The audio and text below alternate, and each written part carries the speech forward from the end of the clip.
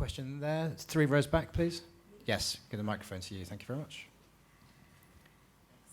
Hi, Michael. It's Charlie Girling from LBC in London. Given the current meteoric rise of Donald Trump, your title of your film could sound quite scarily prophetic. What are you going to do if he is elected this autumn? Are you going to move to Canada, perhaps? Well, the Canadians know that millions of Americans will want to move there, so I think they're starting to strengthen their immigration laws to prevent us from leaving, make us stay and deal with our problem. Which is weird. You know, it took us an hour and a half to get through Heathrow last night, the long line, and we just looked at that EU line, and there's like nobody in it, and everybody's just going, whoosh, whoosh, whoosh. And I just thought, yeah, okay, you know, if they vote to leave the European Union, you know, they're going to come back and stand in this hour and a half line in 27 countries. So maybe after standing in that line, you know, for a few years, maybe people will want to come back into having that quick access. I forgot your question. Trump. Your reaction. Of course, if he wins I forgot it. I think there's an excellent chance of Donald Trump becoming the next president of the United States. People need to take that very seriously. You know, I said last August he would be the Republican nominee. He knows something. He knows how to manipulate a dumbed-down population whose schools have been wrecked, whose media is just insipid and stupid and doesn't give people the facts about what's going on. So the public is easily manipulated by somebody like him, those who vote for him. He had record turnouts. He has the largest rallies. He supports a 21st century version of fascism, of marrying the state and capital together to benefit the few at the expense of the many, and in the process blame the other. The other is causing your problems. Let's build a wall. Let's ban Muslims. I don't believe the majority of Americans agree with him, but it's going to be about who shows up to vote. That's your problem too, in a week and a half, right? Because I'm guessing the majority of Brits probably don't want to leave the European Union, but on election day, on Saturday, on a special election, who's going to be out there? The haters. Sadly, it will motivate more people to get out of bed on that Saturday morning to vote. So we're going to have the same problem. The haters will all be there voting on election day. And, you know, whether people will be enthusiastic about voting for Hillary Clinton, they're going to be more enthusiastic about voting for not Trump. In fact, if Hillary were to go to the courthouse today and just change her name to not Trump, and so when you go in the voting booth, it just says Trump, not Trump, then I think we're okay. But I would take this very seriously. And I'm a person in the past, could I just do an impersonation of myself at 25 years old? All right, this not an actor, but this is kind of what it looks like, or looked like. There's no way this country is going to elect an actor to be president.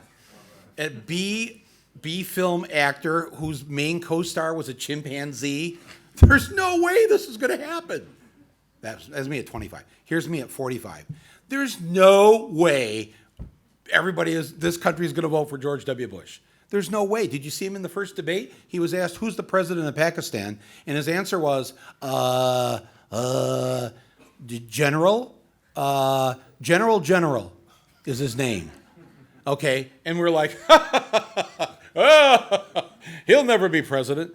Okay, now, older and wiser, I'm well aware that my fellow Americans could elect Donald Trump as president of the United States, and millions are concerned about that. The good news is the math. 80% of the people voting in November are either women, people of color, or young adults between the ages of 18 and 35. That's 80% of the electorate. He has done a massive job in pissing off all three of those groups. He is not going to win a majority of women. He is not going to win a majority of blacks and Hispanics. He's not going to win a majority of young people. So if people show up to vote, no problem. But that's the problem. Thank you. Must keep getting more questions in. If I can, Yeah, there's still I'll one give down the shorter front. answers. No. I'm sorry. Is it a question there on the end of the row? Then I'll come over to you there. Thanks. Hi, Madeline Most of the Foreign Press Association Paris and Documentary Magazine. I was wondering about your title, because when I see you plant the flag, I didn't see it that way. I saw you visiting other countries and taking the beautiful things from them, like the flowers, like you say, not the weeds, and bringing that back to America. And wouldn't it be more effective if you took the flag of Slovenia and Italy and France, and when you go back to all the different places in America, plant that there, and people go, what the fuck? And then you say, well, this is what we're going to have over there. This is what we have over there. And because nobody wants the American flag. Not in Finland or anywhere. They don't want the prison system. They don't want the Did you racism. notice that on the looks on their faces? Yeah, it's like, oh, I don't want the prison system. I don't want the death penalty. I don't want the corrupt Wall Street. I don't want the Right. bad education, bad food. So that's how I saw it, the reverse. And then, like your other films, why wouldn't you show it at the Senate and Congress and House of Representatives? Show them, get those idiots to look at this. So first was why the invasion rhetoric, and then why will you show it or can you show it? The title was meant to throw people off. I like I'm sure most filmmakers don't want to be. We don't want you to assume that you know what I'm going to be doing next, and I'd like to keep it fresh and original and something different. And but I knew that people would think, oh, he's going to show us what the Pentagon's up to and where we're going to invade next. And but part of it too was this idea of the United States has been an invading force for the last 15 plus years. And what if we were to invade, not in a violent way, but for good reasons, you know, to try and learn something and take something back home. So that's why we called it that. As far as planting the American flag, well, that's, you know, I mean, we're also satirists, so obviously you get the satire of it. Your final part of your question was Just repeat that. Does he plan to, or does he want to show it at Congress? Was that the question? Oh, yes, we did have Yeah. we had a congressional screening, and I think we had at least 9 of the 535 members of Congress show up. But many of the place was full, so they sent their staff. But yes, no, we did have a nice screening right inside the Capitol building, which is the first time for me. I've never been allowed in there to show any of my films. So. And I would just add that every member of Congress and every senator is receiving a DVD of the film. Yeah, I do want to move on pretty quickly because we're going to have to stop. Yeah. It was about the healthcare. It was about the healthcare system. Oh, in America, when you talk to people about Obamacare or free medicine, because I lived in 5 different countries here, it's all free. They say there's this greed and there's self, and they don't want to share things. What is that in America? People don't want to share their money. Yeah, it's the big difference between us and the rest of the world. You operate with the concept of we. Your policies are formed around we. We are all in the same boat. We are going to sink or swim together. If too many people get sick and can't see a doctor and go bankrupt and lose their homes, as a result of that, our society suffers. So we're not going to allow that to happen. You make a collective decision to live that way. We operate under the concept of me. Me, myself, and I. I got my problems, you got your problems. I'll take care of mine, you take care of yours. You're sick, get it, not my problem. I'm sick, I'll take care of it. That is sadly an American bootstrapping kind of mentality that has not done us well. And we haven't always been like that.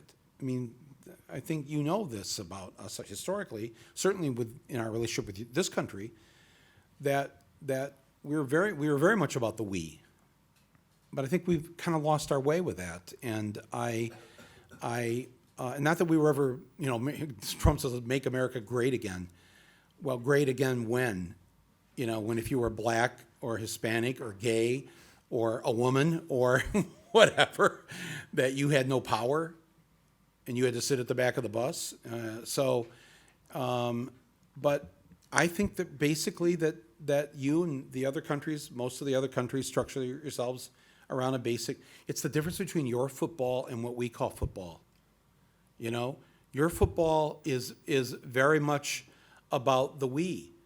And I remember the first time I saw what we call soccer The first time ever I saw a soccer game was at Arsenal Stadium, and the guy had the ball on his foot, and he's heading down field, but he's like kind of holding up a little bit. And I'm saying to the guy next to me, why is he waiting? He goes, oh, well, the rules are you'll be offside. You have to wait till there's a defender. There has to be somebody there. I said, why? You've got the fucking ball. Go for it. Because when we have the ball, man, we're gone. And he says to me, because it wouldn't be fair. Oh, wow. And it's like, you score a goal, you get 1 point. We score a goal, we get 6 points. Why? It's 1 point. It's just that sort of, I don't mean, sorry to draw a sports analogy to it, but it really is the way that the world functions. Even an awful sport like rugby, everybody's like, you're the big scrum, everybody's in there looking like, well, I don't want to say what it looks like, but, and it's like, and Tommy's got the ball, and they're taking Tommy down, and Tommy goes, here, Joe, you take the ball, you go. We got the ball, you get tackled, that's it. There's nobody helping you. In rugby, you throw the ball off, and then Joe takes off. And they get Joe, and then Joe goes, Billy, here. It's just like, that's kind of the NHS, Tommy, Joe, Bill, whatever, it's, we're going to help each other here. We've probably got time for a couple more questions. Is there one in the front still? Yeah, and one behind there. So those two, I hope. Please. Hi, Michael. Stuart O'Connor from Screen Jabber. Many years ago, you had a couple of regular weekly TV shows. There was TV Nation, and then there was The Awful Truth. Do you think it's maybe time for you to go back to doing a weekly show where you can tackle an issue every week rather than a film every 3 or 4 years? I've thought about that. Yeah. Yes. It's a lot of work, and but yes, of course, I've thought about that. We brought Louis Theroux to the world. Isn't that enough? And he carried on, and then we were able to go make our movies, basically. So, yes, I don't know what else to say to that other than There's yes. a question behind there in the second row. Thank you. Ladies and gentlemen, you're watching Hey You Guys!